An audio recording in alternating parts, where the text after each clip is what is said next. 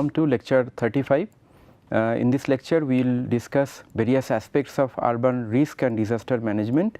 You know that urban risk and disaster is not a new term, rather every year in our urban areas it is a recurring events, that urban flooding, and due to some other events there are deaths, there are losses of the property and so on.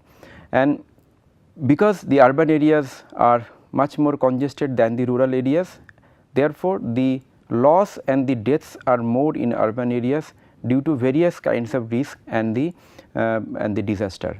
Therefore, it is very important to discuss and to know about the various types of risk and the types of disaster in the urban areas and how to mitigate those. So, today our topics of discussion will be the context and some basic terminology of the risk and disaster,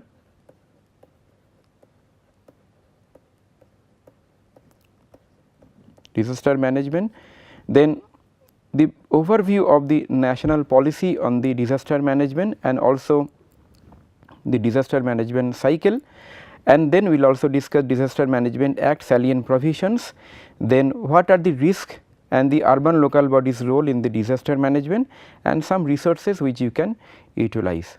So, why disaster and the risk management?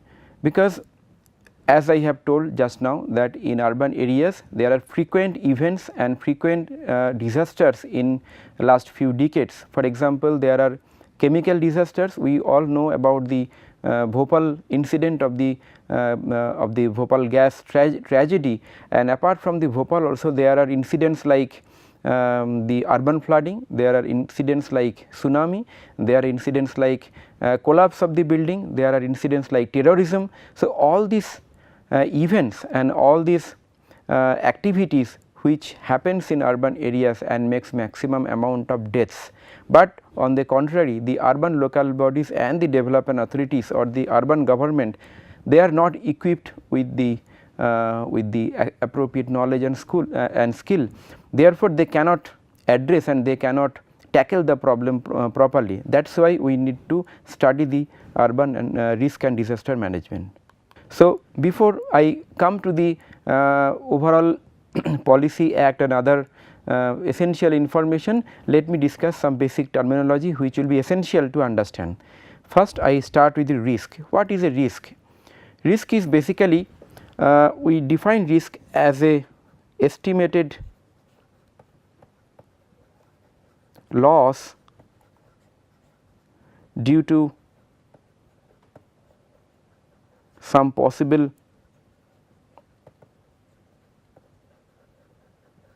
events.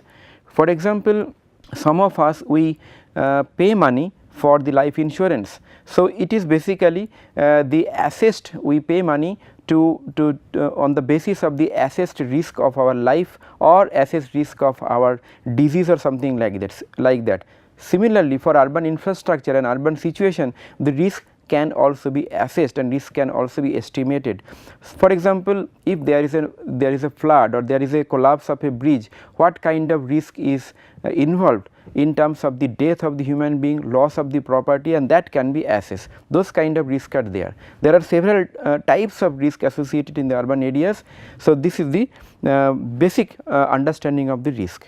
Next, the disaster. Disaster is basically some events, major events which can be natural and man-made both, but this event is such that it makes maximum loss and maximum casualty of the human being and the other animals. That is the disaster. For example, it can be earthquake, it can be cyclone, it can be landslide, it can be chemical disaster or any other man-made disasters. So, hazard is the basically some element in the disaster which creates the loss. So, it can be hazard due to the flooding situation, hazard could be due to some man-made situation. So, hazard is basically the danger situation of any element or any event. Next is the basically vulnerability. Vulnerability is basically the condition of an individual or community or a city which is susceptible to some hazards. For example, there is a building which is not constructed using the earthquake proof technology. So, that building becomes vulnerable to the earthquake hazard, right.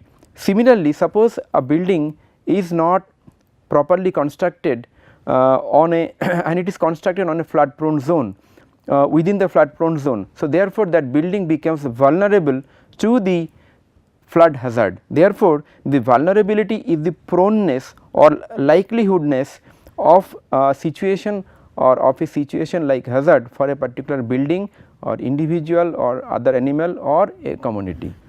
Next is the preparedness. Preparedness is basically the preparedness of a community to tackle the disaster or to manage the disaster. So, basically it is the condition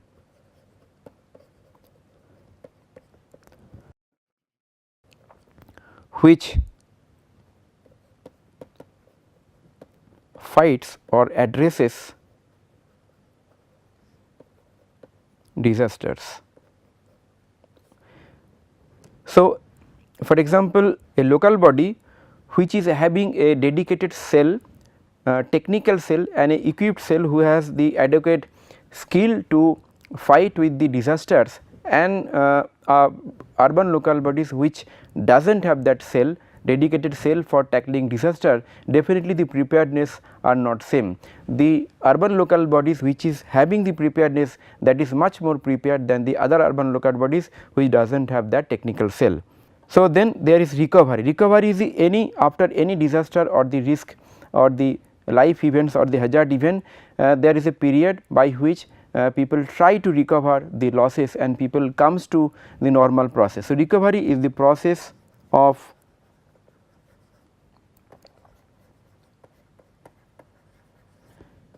getting normal, usually after the disaster situation.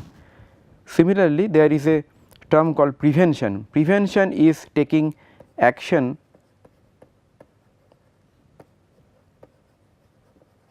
to prevent disasters. Now, in the preparedness and in prevention there is a similarities and there is a slight difference also.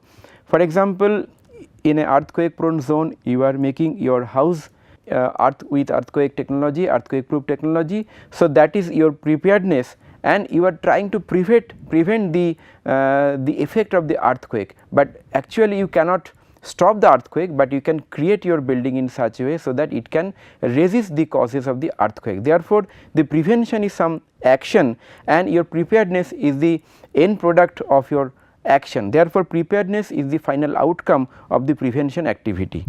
Then mitigation. Mitigation is the process of eliminating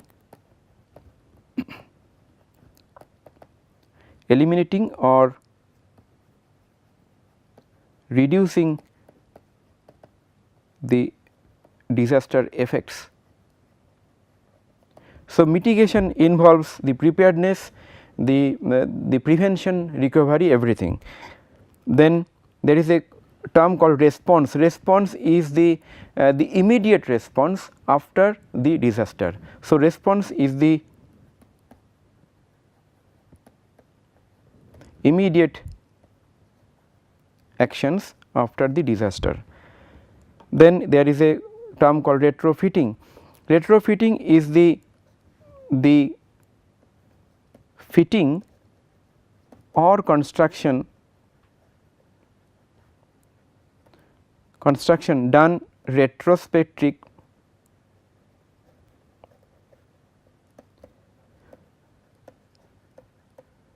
to strengthen any structure, right. For example, there are various buildings which is not constructed using earthquake proof technology, but even in a retrospective effect later on also some kind of retrofitting actions can be taken to strengthen the strength of the building, so that it can at least withstand some amount of earthquake effect and it can be safe for the citizens or for the users. Then there is rehabilitation. After any disaster happens, after the disaster the affected people or affected community can be rehabilitated to some areas, they can be given additional shelter, additional infrastructure, basic services, that is called rehabilitation. So, I hope that you could see the basic terminologies which I discussed.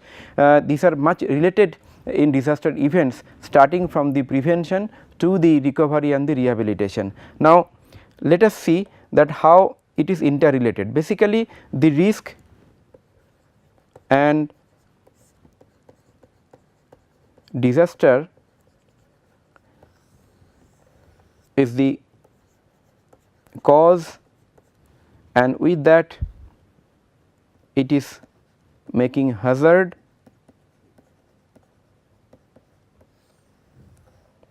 and for the hazard the actions are like prevention, mitigation, response, recovery and rehab. So, these are basically our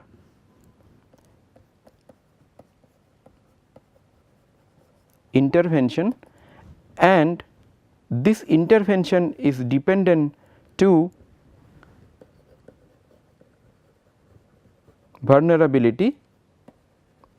So, in one side there is hazard, another side there is risk and then vulnerability, and effect of these three makes our intervention. So, this is the basically the precondition for risk and disaster management.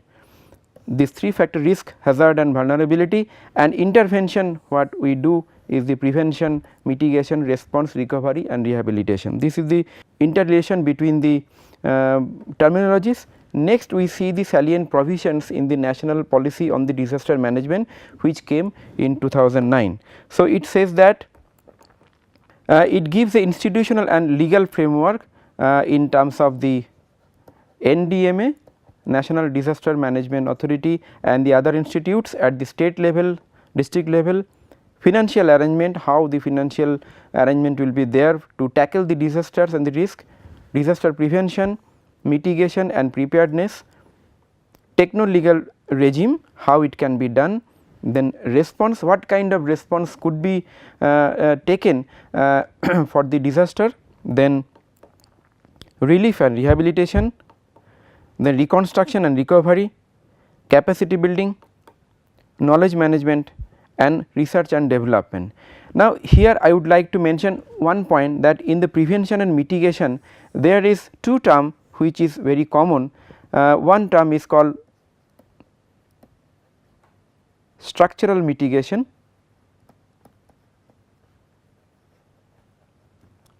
and another term is called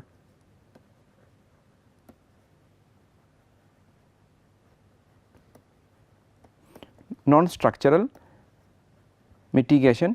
The structural mitigations are basically the interventions which is done for strengthening your building or infrastructure, basically in the physical matter, which is giving you some kind of safety and security in terms of against the natural disaster, whereas the non-structural mitigations are basically giving rehabilitation, counseling, mentoring, training, capacity building, etc., which is not exactly the strengthening of the structure as such, but strengthening of the overall ecosystem, so that the people is much more enabled now, and so that they can construct much more building infrastructure and can be a better prepared against the disaster.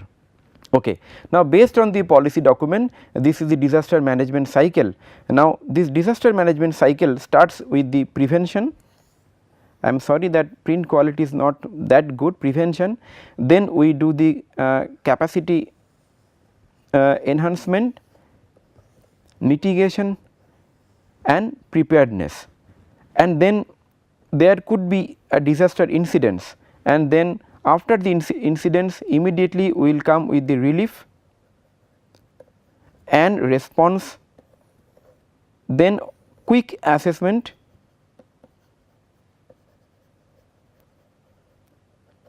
of the loss, and therefore, we can go to the reconstruction and rehabilitation, and the whole process is called as the recovery. So, therefore, this is the pre-disaster condition,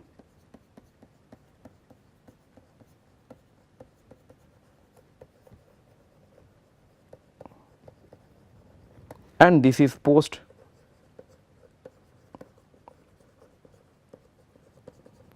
disaster condition. And in this situation we can make a holistic plan here in this point, because in this point we are trying to make a plan for the prevention, and at the same time after a whole cycle we can get some amount of learning here, learning and evaluation of past project, right. So, this cycle should not be forgotten. This cycle says that pre-disaster, post-disaster and some action during the disaster. So, these are some action which is taken during disaster as well. So, however, the pre-disaster and the post-disaster actions are much more, and it takes longer time to be prepared well to withstand a disaster, and also post disaster activities also take longer time. For example, in the Bhuj earthquake which happened in post 2000, it is the reconstruction and the rehabilitation is still going on, it takes even more than a decades. So, therefore, pre-disaster, post-disaster and during disaster conditions and interventions are very important to know.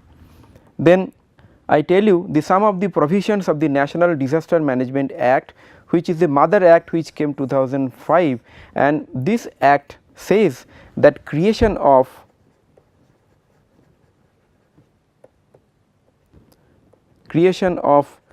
National Disaster Management Authority, State Disaster Management Authority and District Disaster Management Authority. Therefore, you can understand that central, state and district, every level there is a new organization which is coming as the apex, which is created as the apex organization to fight with the disaster. Then the provision of the measures by the government, basically these are interventions, then the role and job of the local authorities. Not only that, there will be a kind of institute called National Institute of Disaster Management and Institute of Disaster Management, and NDRF. The role of NDRF will be national, it is basically disaster response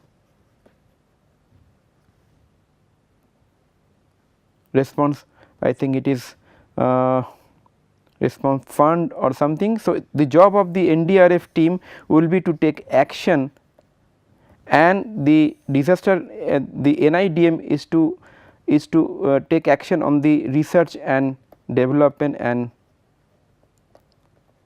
capacity building. Then the provision of the finance and the accounts, offences and penalty, both are also provided under the National Disaster Management Act 2005. Under this act, the authorities are also empowered to create their own rules and regulation, so that they can take their action at their every respective level.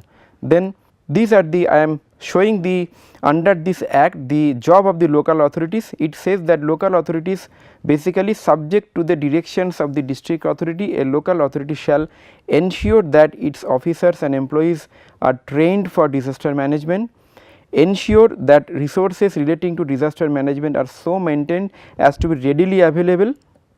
Therefore, it is basically during the relief and the response time it should be readily available and for use in the event of any threatening disaster situation.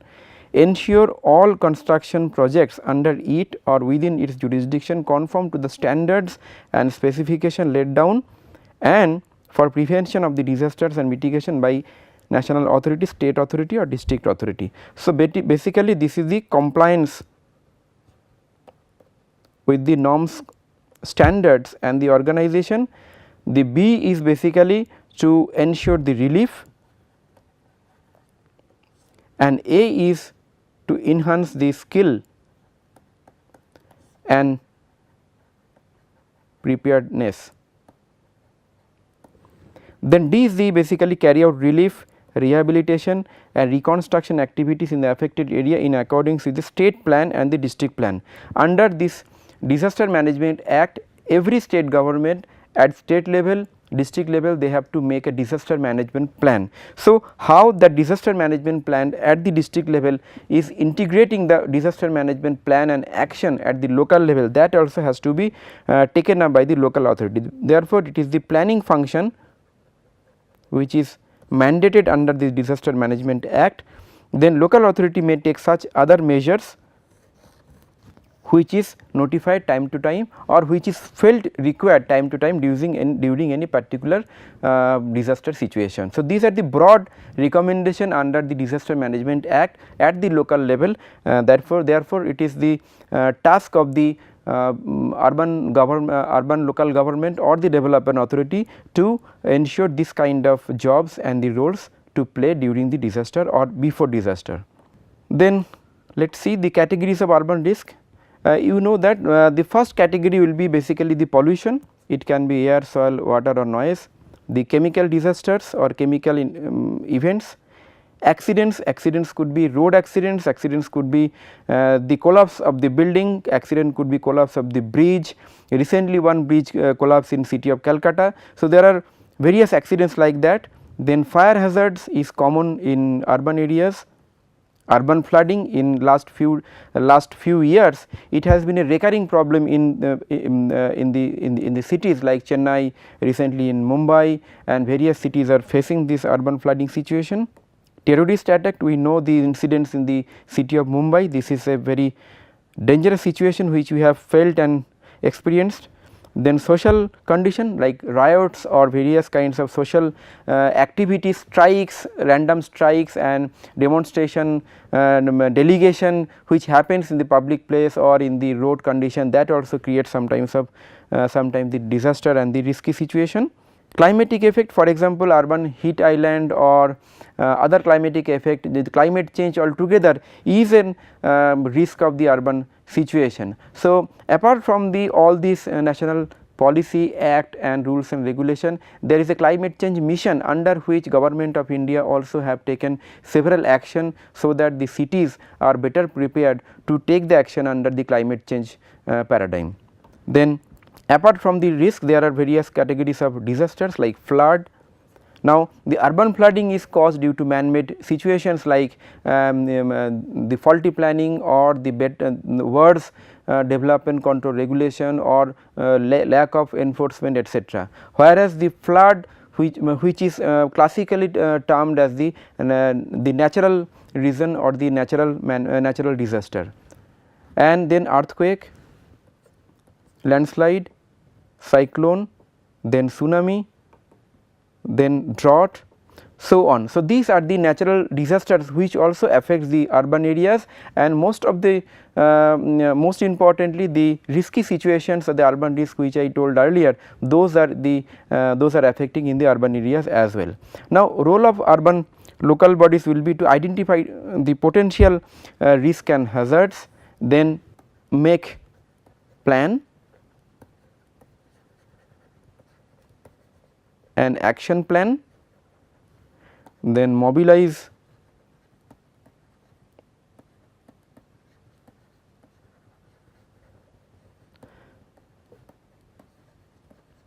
create an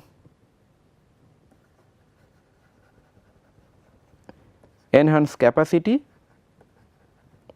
In coming future, I will not be I will be happy if I see that bigger urban corporations, they are creating dedicated cell to fight with the disasters and the urban risky situation, and then take action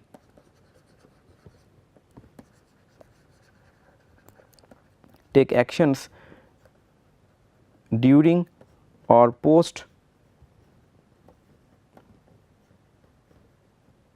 disasters, and also evaluate and improve